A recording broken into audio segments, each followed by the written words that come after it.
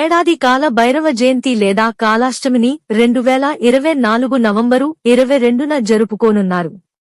22వ తేదీ సాయంత్రం 6:07 అష్టమి తిథి ఆరంభమై 23వ తేదీ 7:56 ముగియనుంది.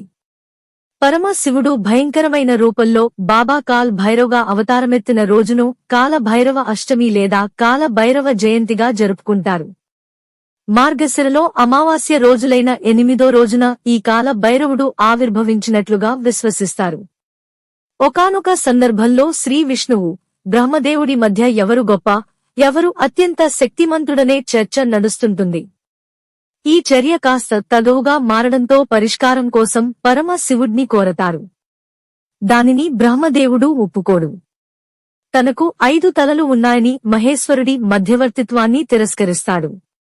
దాంతో ఉగ్రరూపుడైన శివుడు నుదుటి నుంచి పరమశివుని అంశ అయిన కాల భైరవుడు ఉద్భవిస్తాడు.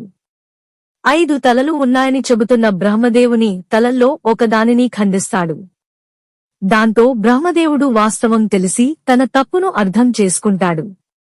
ఆ తర్వాత దేవతలంతా కలిసి వేడుకోవడంతో కాల భైరవ రూపాన్ని తిరిగి తనలోకి తీసుకుని పరమేశ్వరుడు శాంతిస్తాడు.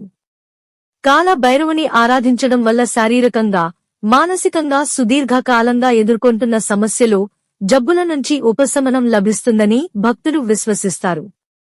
చేతబడులు, దుష్ట శక్తుల నుంచి బయటపడటానికి కాలభైరవుడు సాయం చేస్తాడని నమ్ముతారు.